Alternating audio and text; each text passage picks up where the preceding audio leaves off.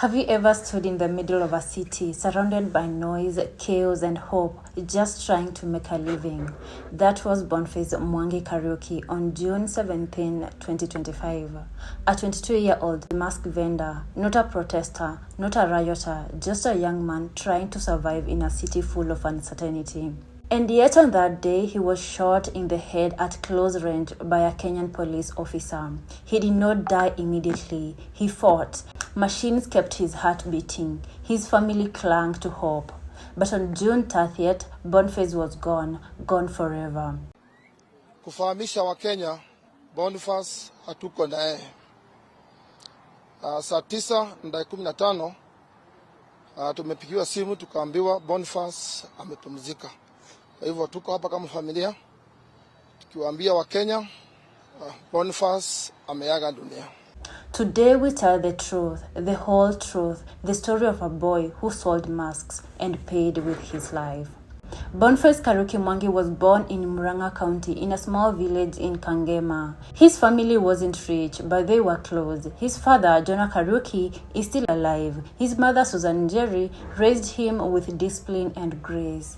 He was a quiet soul, hardworking and respectful. He didn't drink. He didn't cause trouble. From an early age, Bonface learned the value of hustle. After finishing secondary school at Ihiga Secondary, he began helping his father sell small household items that later evolved into hawking in Nairobi.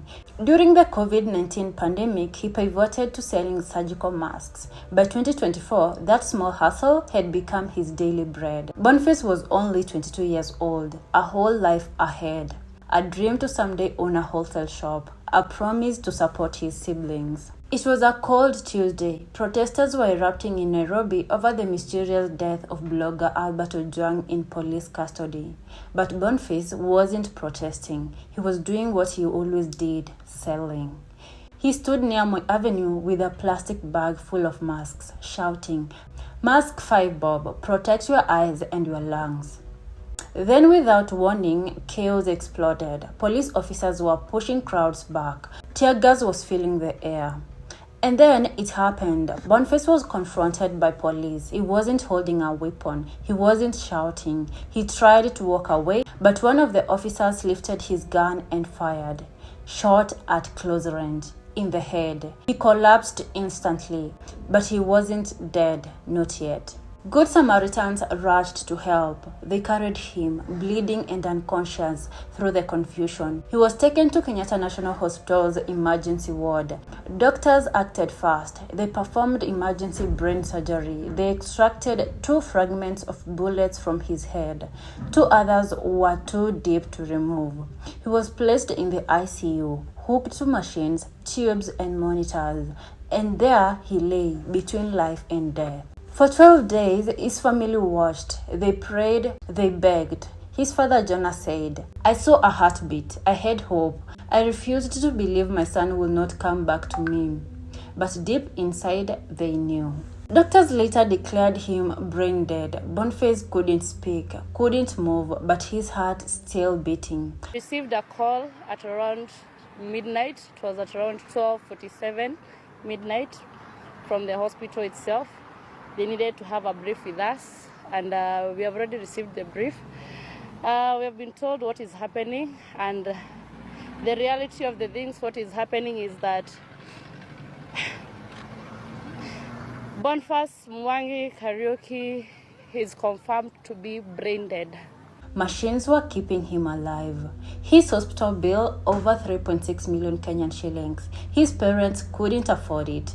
Friends started fundraising online. Strangers donated. Even politicians came to visit. President Ruto sent 1 million Kenyan shillings donation to the family, but no words can undo the damage. On June 30th at around 3:15 p.m., Bonface Kariuki was pronounced clinically dead. Mchuuzi aliyepigwa risasi na polisi katikati ya jiji Bonface Mwangi Kariuki ameaga dunia. Kijana huyo wa miaka 22 amekuwa katika chumba cha wagonjwa mahututi katika hospitali ya Kenyatta kwa takriban majuma mawili. The postmortem confirmed what everyone feared. He died from a single bullet to the head, a bullet fired from a very close range. 4 mental fragments were embedded in his brain. 2 were removed during surgery. The 2 other remained lodged. His skull was fractured. His brain was swollen. There was no chance of recovery. He hadn't died in a protest. He hadn't been armed. He wasn't even involved. He was just a boy selling masks. Bonface's death became a national symbol, a symbol of everything broken in the relationship between citizens and the police. Human rights organizations spoke out. The Law Society of Kenya called for arrests. Former Chief Justice David Maraga called the killing cold and inhuman. The Independent Policing Oversight Authority began investigations. 2 officers were later arrested and arraigned. They were detained awaiting further investigations, but justice in Kenya has never been swift. His mother could not speak during the first week. His father broke down into a TV interview. He never held a stone. He never carried a slogan. He only sold masks. How does a boy like that deserve a bullet? His siblings refused to eat for days. The youngest, a girl in class 8, kept asking when Bonface would come home. There was no answer.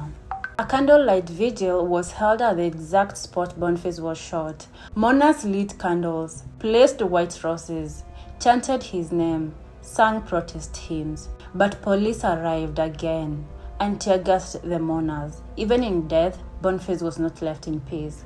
On July 9th, a requiem mass was held at All Saints Cathedral. Hundreds gathered. Some knew him, some didn't. All felt the weight of his story. Bonface is to be buried in Kangema. His family requested a simple ceremony. No cameras, no drama, just love. He will be laid to rest not far from where he took his first steps, learned to ride a bicycle, and dreamed of a better life.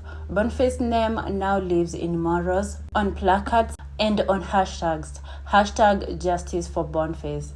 He became a symbol, a martyr, not by choice but by tragedy.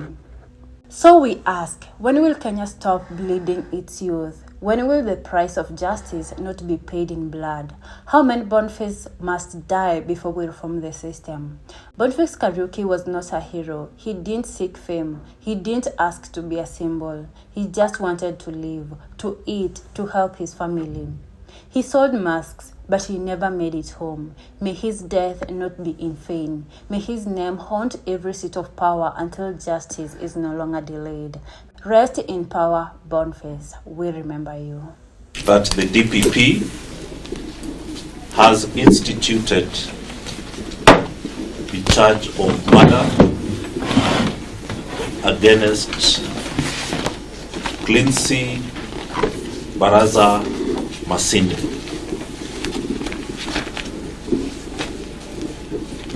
That information, Your Honor, has since been filed in the High Court, and it is now HCCR